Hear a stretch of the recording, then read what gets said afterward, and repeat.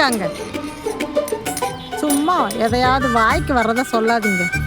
எனக்கு என்ன வயசாகுது அப்படியே இருக்கணாக்கும். என்ன என்னை பார்த்தப்ப 18 வயசு இருக்கும். இன்னைக்கு அப்படியா 30 வருஷத்துக்கு மேல ஆயிடுச்சு. இப்ப 18 வயசுல பார்த்த மாதிரி இருக்குன்னு சொல்றீங்க. என்னை சந்தோஷப்படுத்துறதுக்காக எதையாவது சொல்லாதீங்க. என்னை பத்தி உனக்கு தெரியாதா? யாரையும் சந்தோஷப்படுத்துறதுக்காக பேசுற ஆளானா என் மனசுல என்ன பட்டுதோ அதை நான் சொல்லிடுறேன், அவ்வளவுதான். சரி சரி, சாப்பிடுங்க. இட்லி சூப்பரா இருக்கு. அப்படியே உங்க அப்பன் கைப்பக்கம். ஆமா, சுட சுட ஒரு தோசை வைக்கட்டுமா? நல்லா இருக்குன்னு சொன்னா போதுமே, எல்லாத்தையும் சாப்பிடுங்க அம்பியா. சும்மா சாப்பிடுங்க. ரொம்ப வருஷம் கழிச்சு பார்த்துருக்கோம். அது இல்லாம என் கடைக்கு வேற வந்திருக்கீங்க. உங்களை நான் கவனிக்க கூடாதா? கவனி கவனி, நல்ல கவனி. இந்த கிண்டல் பண்ற தோரணை மட்டும் உங்களுக்கு போகவே இல்லை. உனக்கு என்கிட்ட பிடிச்சது அதுதானே. வேலை நேரத்துல சிரிக்க வைக்காதீங்க, சாப்பிடுங்க.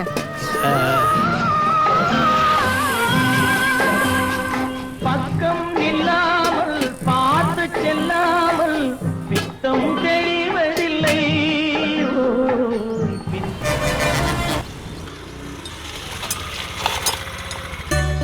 பாண்டி.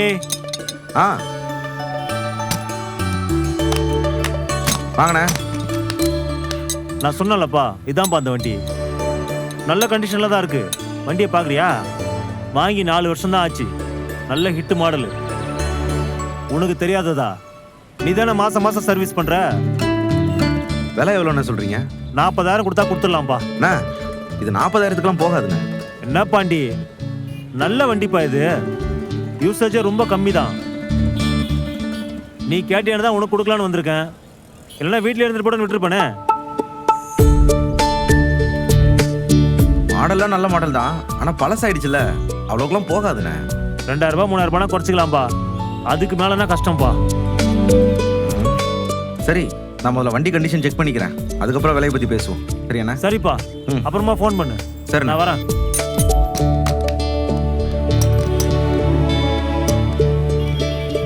அண்ணே, செகண்ட் ஹேண்ட்ல வண்டி விற்கிற பிஸ்னஸ் ஆரம்பிச்சிட்டியா அண்ணே? ஏய், அதெல்லாம் இல்லைடா. வானதிக்காக வண்டி பார்த்துக்கிட்டு இருந்தேன். அப்போதான் இந்த வண்டியை விற்க போகிறதா அவர் சொன்னார். மாதம் மாதம் நான் தானே இந்த வண்டியை சர்வீஸ் பண்ணுறேன். நல்ல வண்டி தான், அதான் வானதிக்கு வாங்கி கொடுக்கலாமேன்னு வண்டி எடுத்துகிட்டு வர சொன்னேன்.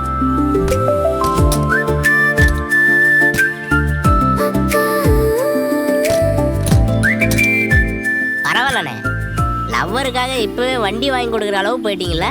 ஏய், அவள் பாவுண்டா. தினமும் கடைக்கும் வீட்டுக்கும் நடந்து நடந்து போயிட்டு வரா. இதில் அடிக்கடி இங்கே வேற வரா. ஆட்டோ கூட எடுக்க மாட்டான். இந்த வெயிலில் நடந்து வரதெல்லாம் வேலைக்கே ஆகாது.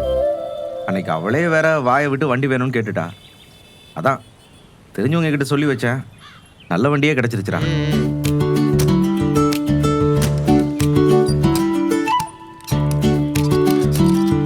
அந்த துணி எடுத்துட்டு வாடா. சரி.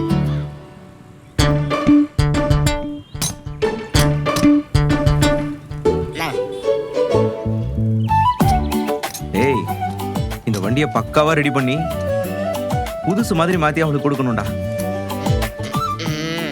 வண்டியை பார்த்த உடனே அவ அப்படியே அசந்து போயிடணும். அந்த மாதிரி ரெடி பண்ணணும். இந்த வண்டியிலே உக்காண்டிங்கன்னா மற்ற வண்டியெல்லாம் எப்போ சரி பண்றது? சார், என்ன கழட்டுறீங்க? நானும் வேலை பார்த்துட்டு தானே இருக்கேன். இன்னும் நிறைய வண்டி இருக்குண்ணே. அதெல்லாம் பார்த்துக்கலாம். சமாளிக்க முடியாத ஏதாவது பிரச்சனை வந்தா மட்டும் சொல்லு, சரியா? என்ன ஆனாலும் சரி, இந்த வண்டியை பக்காவா ரெடி பண்ணிட்டு தான் மறு வேலை. அவளுக்கு இந்த வண்டியை சர்ப்ரைஸா கொடுக்கணும். ஏய், நீ பாட்டுக்கு உன் ஓட்ட வாயை வச்சுட்டு எதுவும் உளறி வச்சிடாத. சொல்ல மாட்டேன், சொல்ல மாட்டேன்.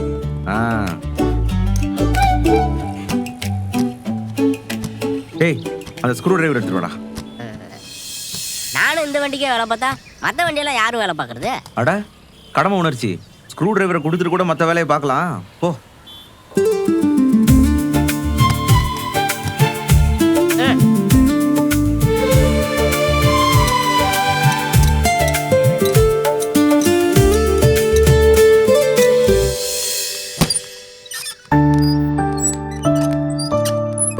நீங்களும் காஃபி குடிக்கலையா? போகணும்லாம். உன் அண்ணன் சொன்ன ப்ராஜெக்ட் தான் ரீஒர்க் பண்ணிட்டு இருக்கேன். அந்த ப்ராஜெக்ட் முடிஞ்சதில்ல திவ்யா? எங்க நிலா முடிஞ்சது? நேத்து நைட்டு மறுபடியும் கரெக்ஷன் மெயில் போட்டிருக்காங்க. குட்டி குட்டியா நிறைய கரெக்ஷன் சொல்றாங்க. ஆமாடி, இதால வேற எந்த ப்ராஜெக்டையும் தொட முடியல.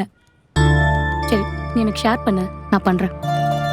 இல்ல நிலா, நானே பாதி முடிச்சிட்டேன், நான் பண்ணிடுறேன். மொத்தமா ஒரு ப்ராஜெக்ட் பண்றது கூட ஈஸியா இருக்கு. இப்படி பண்ண ப்ராஜெக்ட்லயே கரெக்ஷன் பண்றது தான் ரொம்ப கஷ்டமா இருக்கு. சரி, நான் போய் காஃபி எடுத்துட்டு வந்துடுறேன்.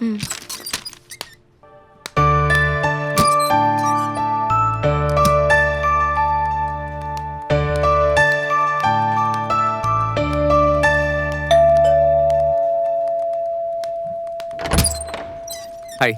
ஹாய், வாங்க. நிலா உள்ளதான் இருக்காங்க ப்ரோ. தேங்க்ஸ். சும்மா சும்மாலாம் ரீவொர்க் பண்ணிட்டு இருக்க முடியாது திவ்யா. நான் சேரன் கிட்ட மறுபடியும் பேசுறேன். சரி நிலா, அதுக்கப்புறம் அந்த பேமெண்ட் பத்தியும் கொஞ்சம் கேளு. எந்த ப்ராஜெக்டா இருந்தாலும் 50% அமௌண்ட் வாங்கிட்டு தான் நம்ம லே அவுட்டே கொடுப்போம். சேரன் அண்ணன் மூலமா வந்த ப்ராஜெக்ட்டுங்கிறதுனால அமௌண்ட் எதுவுமே நம்ம வாங்கல. ப்ராஜெக்ட் கிட்டத்தட்ட முடிஞ்சது. அவங்க தான் கரெக்ஷன் சொல்லிட்டு இருக்காங்க. பேமெண்ட் பண்ணுங்கன்னு கேட்டா அதுக்கு ரிப்ளையே பண்ண மாட்டாங்க. அது மட்டும் என்னன்னு கொஞ்சம் பாருடி. நேத்தே பேமெண்ட் என்னாச்சுன்னு சோபனா கேட்டா. புரியுது திவ்யா, நான் பேசுறேன். சரிடி. நிலா,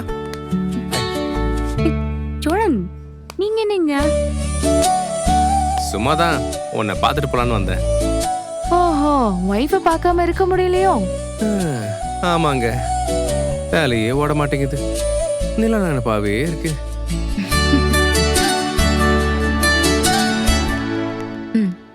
சரி, நீங்க பேசிட்டு இருங்க, நான் போய் காஃபி எடுத்துட்டு குட் கேர்ள். போங்க போங்க போங்க போங்க போங்க. உங்களை ஓட்டா அது தெரியாம? ஆமா, இல்ல நினைப்பாவே இருக்கேன்னு சொல்றீங்க. ஓட்டுனாளா?